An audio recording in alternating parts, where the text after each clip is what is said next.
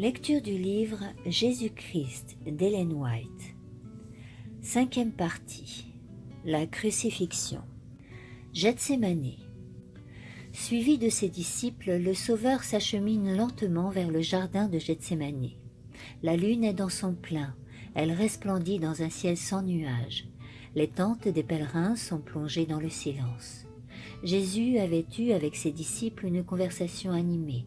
Cependant, à mesure qu'il s'approchait de Gethsémani, son attitude devenait étrangement silencieuse. Souvent, il était venu méditer et prier là.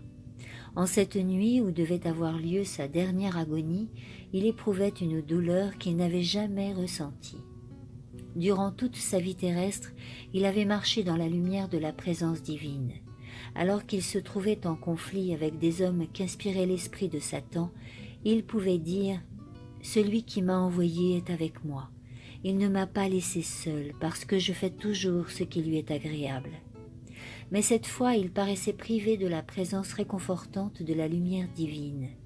Il était maintenant compté parmi les transgresseurs. Il lui fallait porter le poids de la culpabilité de l'humanité déchue. L'iniquité de nous tous devait reposer sur celui qui n'avait pas connu le péché. Le fardeau lui paraît si redoutable.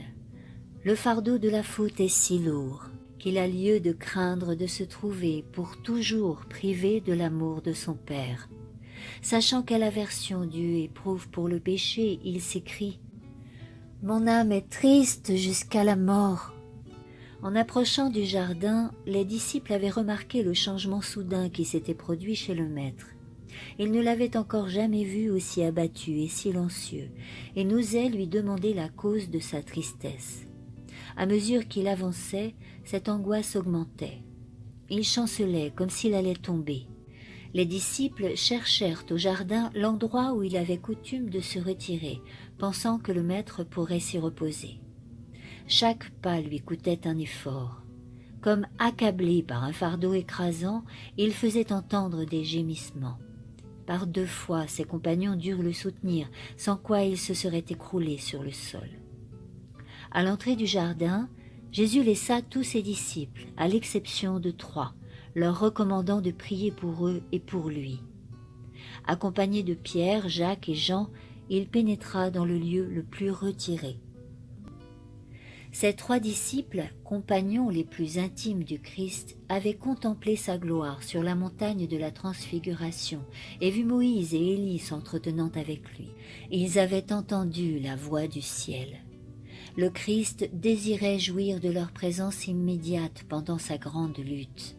Ils avaient souvent passé la nuit avec lui dans cette retraite. Après avoir veillé et prié un moment, ils s'endormaient paisiblement à quelque distance du Maître, et celui-ci les réveillait au matin pour retourner au travail. Mais cette fois, ils désiraient qu'ils passassent avec lui la nuit en prière, sans cependant vouloir leur imposer la vue de son agonie. « Demeurez ici, dit-il, et veillez avec moi. » Il s'éloigna à quelque distance, pas si loin qu'ils ne pussent le voir et l'entendre, et tomba à genoux. Il sentait que le péché le séparait de son Père. L'abîme était si large, si noir, si profond, que son esprit frissonnait. Il ne devait pas faire usage de sa puissance divine pour échapper à cette agonie. En tant qu'homme, il devait supporter les conséquences du péché de l'homme. Il devait subir la colère dont Dieu frappe la transgression. L'attitude du Christ était bien différente de celle qu'il avait eue auparavant. Ses souffrances trouvent leur meilleure description dans ces paroles du prophète. « Épée, lève-toi contre mon berger, contre l'homme dont j'ai fait mon compagnon, dit l'Éternel des armées. » En tant que substitut et garant de l'homme pécheur, le Christ subissait la justice divine.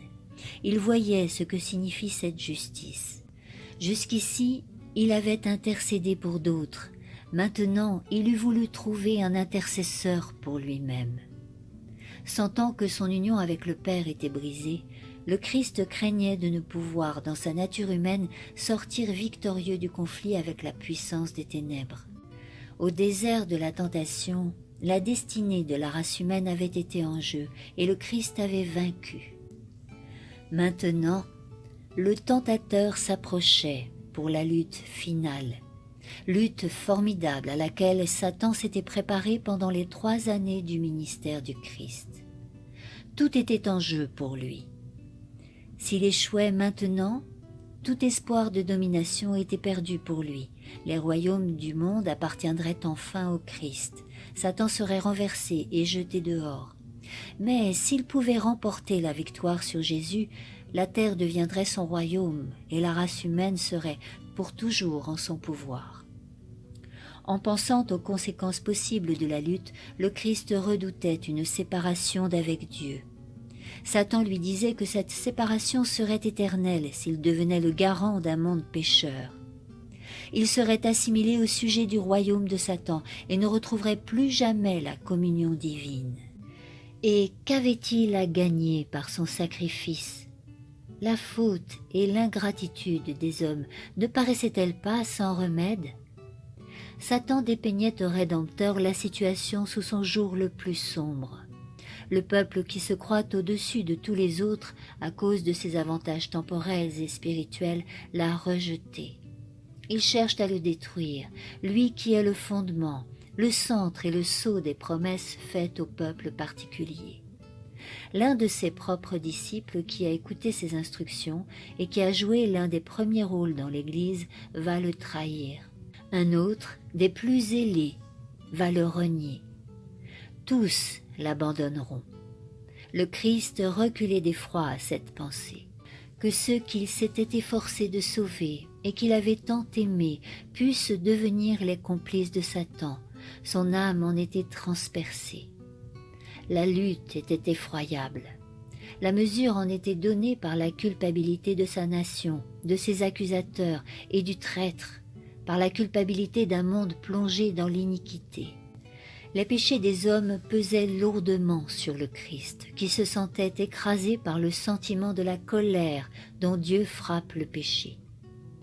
Il voit le prix dont il doit payer l'âme humaine. Dans son agonie, il contemple le sol nu, comme pour ne pas s'éloigner davantage de Dieu.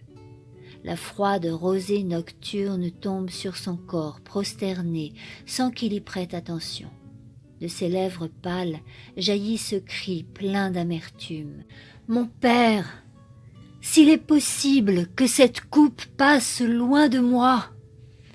Cependant, il ajouta immédiatement « Toutefois, non pas ce que je veux, mais ce que tu veux. » Le cœur humain a besoin de sympathie quand il souffre. Le Christ éprouvait ce besoin dans les profondeurs de son être.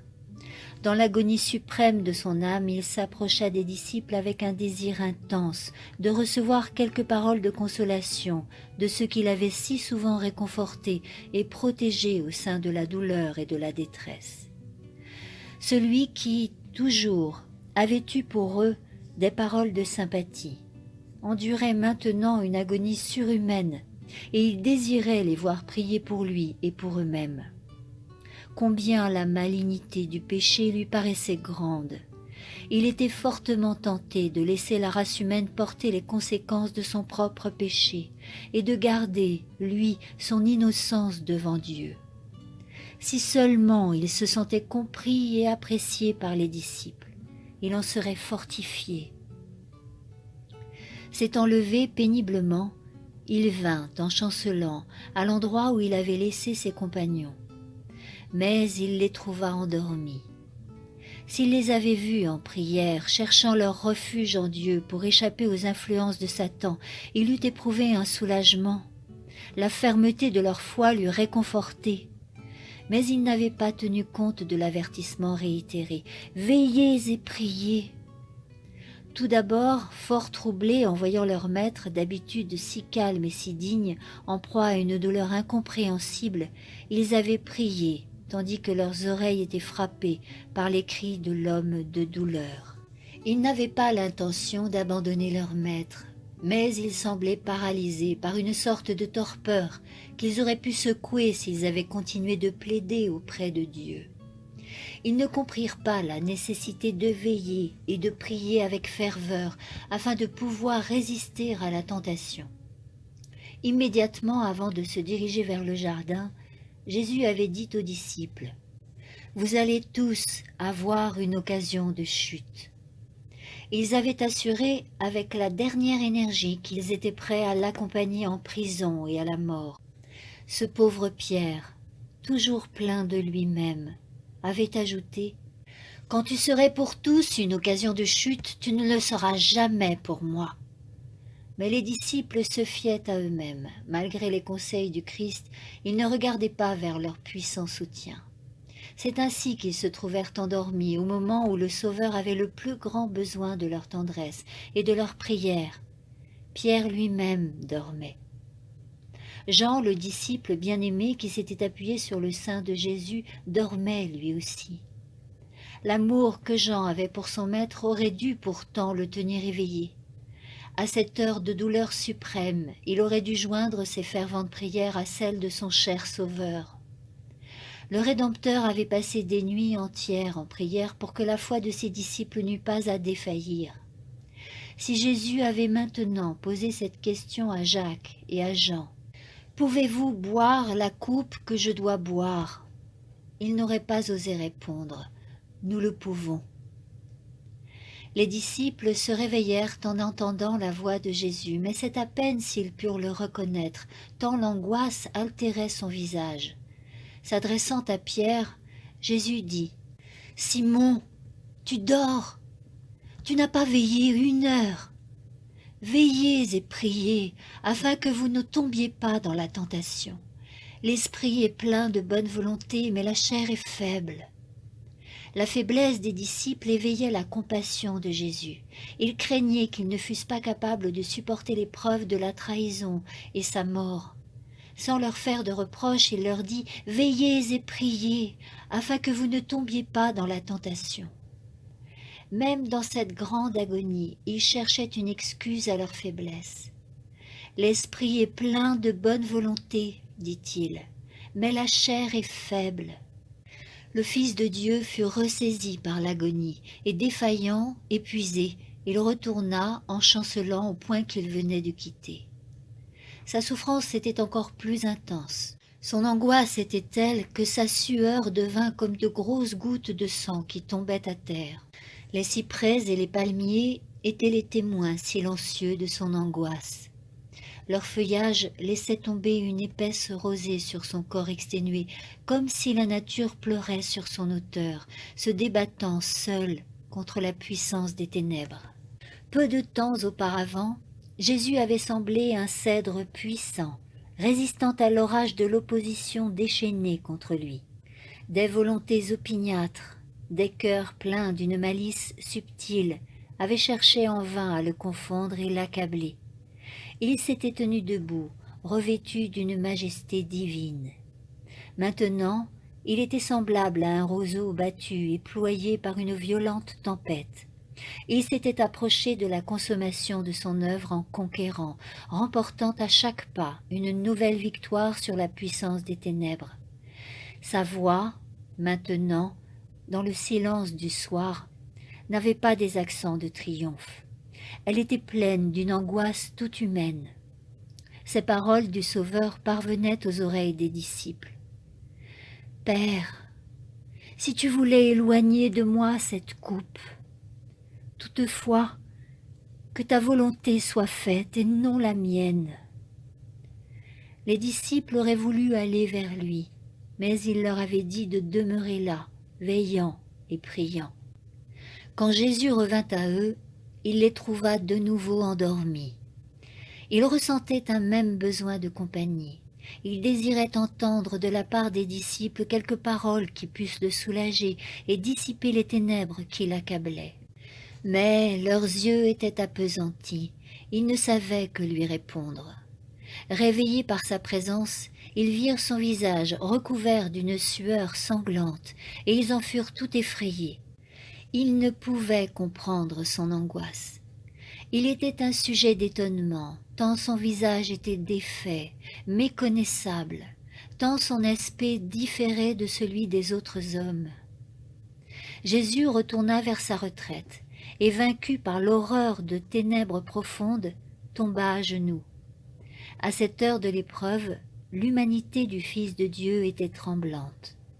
En ce moment, il ne priait plus pour que la foi des disciples ne défaillît point, mais pour sa propre âme tentée et agonisante. Le moment redoutable était arrivé, où devait se décider la destinée du monde. Le sort de l'humanité oscillait dans la balance. Le Christ pouvait encore refuser de boire la coupe préparée pour l'homme coupable. Il n'était pas trop tard. Jésus pouvait essuyer la sueur sanglante de son visage et laisser périr l'homme dans son iniquité. Il pouvait dire que le transgresseur subisse la peine de son péché. Moi, je retournerai vers mon Père. Le Fils de Dieu allait-il consentir à boire la coupe amère de l'humiliation et de l'agonie?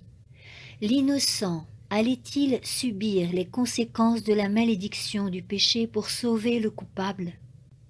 Les lèvres pâles et tremblantes de Jésus murmurèrent ces paroles. « Mon Père, s'il n'est pas possible que cette coupe passe sans que je la boive, que ta volonté soit faite. » 3 fois, il répéta cette prière. Par 3 fois, l'humanité de Jésus a hésité devant le dernier sacrifice, le sacrifice suprême. Maintenant, l'histoire de la race humaine se présente à l'esprit du Rédempteur du monde. Il voit qu'abandonnés à eux, les transgresseurs de la loi sont destinés à périr. Il voit l'homme dans un état désespéré. Il aperçoit la puissance du péché. Le malheur et les lamentations d'un monde condamné se dressent devant lui. Sa décision est prise. Il sauvera l'homme à n'importe quel prix. Il accepte le baptême du sang pourvu que des millions d'êtres humains obtiennent la vie éternelle. Il a quitté les parvis célestes où tout est pureté, bonheur, gloire, pour sauver l'unique brebis perdue, le seul monde qui soit tombé dans le péché. Il ne renoncera pas à sa mission. Il deviendra une victime de propitiation pour une race vouée au péché. Sa prière ne respire plus que la soumission. S'il n'est pas possible que cette coupe passe sans que je la boive, que ta volonté soit faite. Ayant pris sa décision, il tomba, inanimé sur le sol d'où il avait essayé de se relever. Où étaient maintenant ses disciples qui eussent dû soutenir de leurs mains le maître défaillant et baigner son visage à l'aspect si différent de celui des autres hommes? Le Sauveur était seul, affoulé au pressoir, et personne parmi les siens n'était avec lui. Mais Dieu partageait les souffrances de son Fils. Les anges contemplaient l'agonie du Sauveur, entouré de légions diaboliques et en proie à un effroi mystérieux qui le faisait frissonner. Le silence régnait dans le ciel. Aucune harpe ne vibrait. Si les mortels avaient pu voir l'étonnement et la douleur silencieuse de l'armée angélique, alors que le Père retirait de son Fils bien-aimé ses rayons de lumière, d'amour et de gloire, il comprendrait mieux combien le péché lui est odieux. Suite de la lecture de ce chapitre Gethsémanée dans le prochain audio.